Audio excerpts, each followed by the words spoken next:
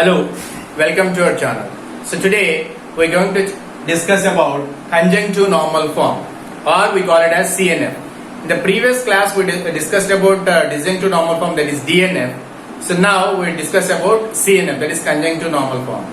So before starting our concept, those who are watching my channel for the first time, I request you to please subscribe our channel and please share my videos to your friends and well-wishers, and please support our channel.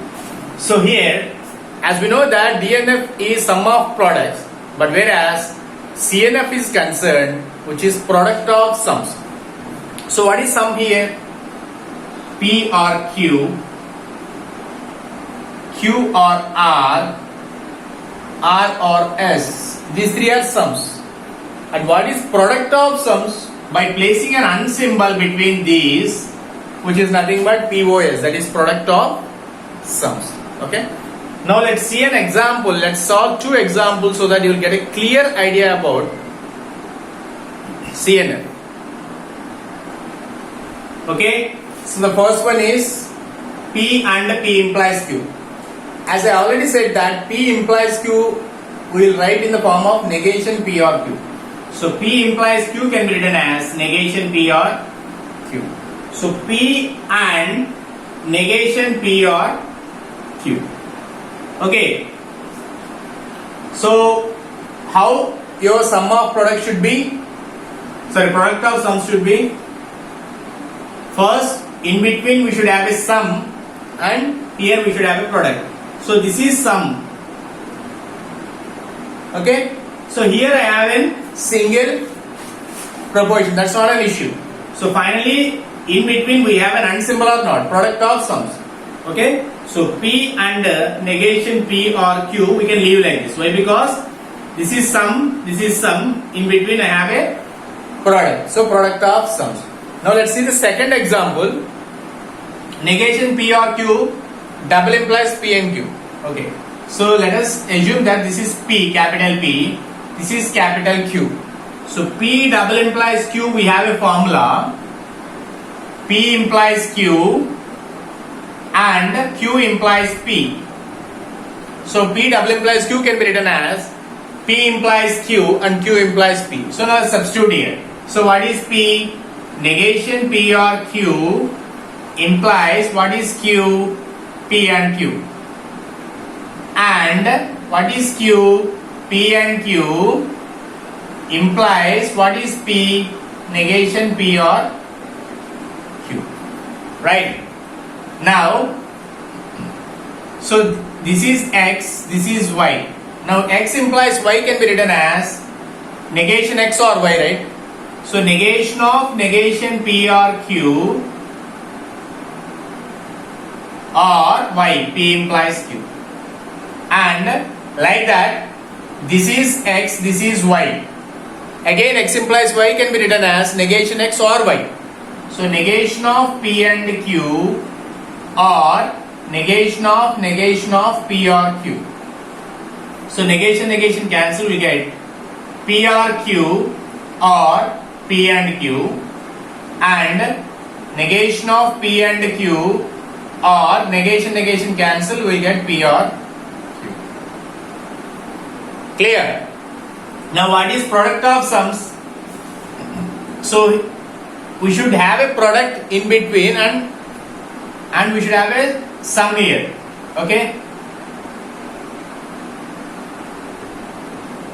So if you see here,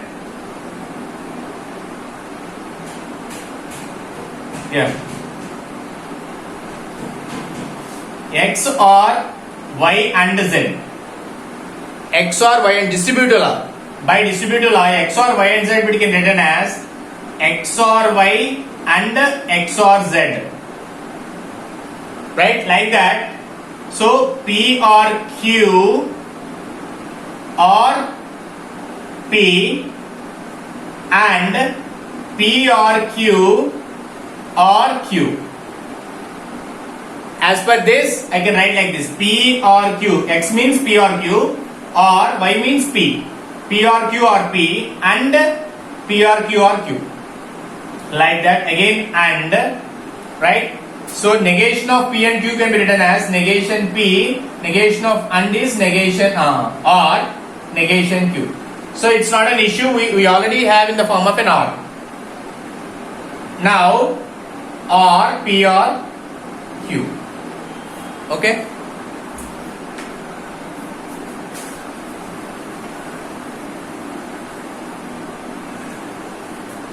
So if you see here, what I got here, P or P is P.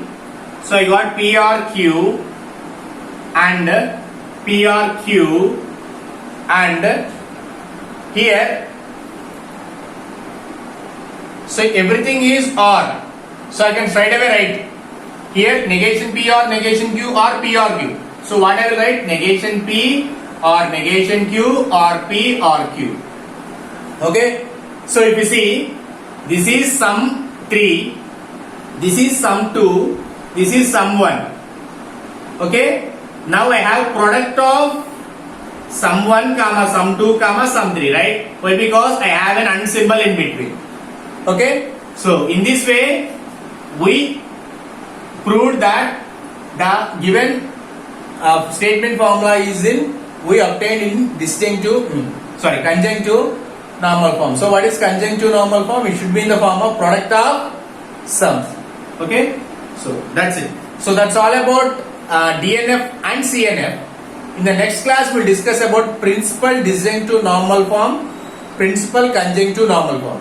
And principal disjunctive normal form, there are two ways to solve it: with truth table, without truth table. In the same manner, principal conjunctive normal form also can be solved in two ways: with the truth table, without truth table. So I hope you understood the difference between DNF and CNF. Now we'll see what is the exact difference between DNF and PDNF. If we have DNF, then what's the use of having PDNF again? We already have CNF, then what's the use of discussing PCNF? Okay. In the next class we'll discuss about PDNF and PCNF by solving examples. So I hope you understood today's concept. Those who are watching my channel for the first time, I request you to please subscribe our channel and please share our videos to your friends and well-wishers, and please support our channel in all possible ways. Thank you very much, and have a wonderful day.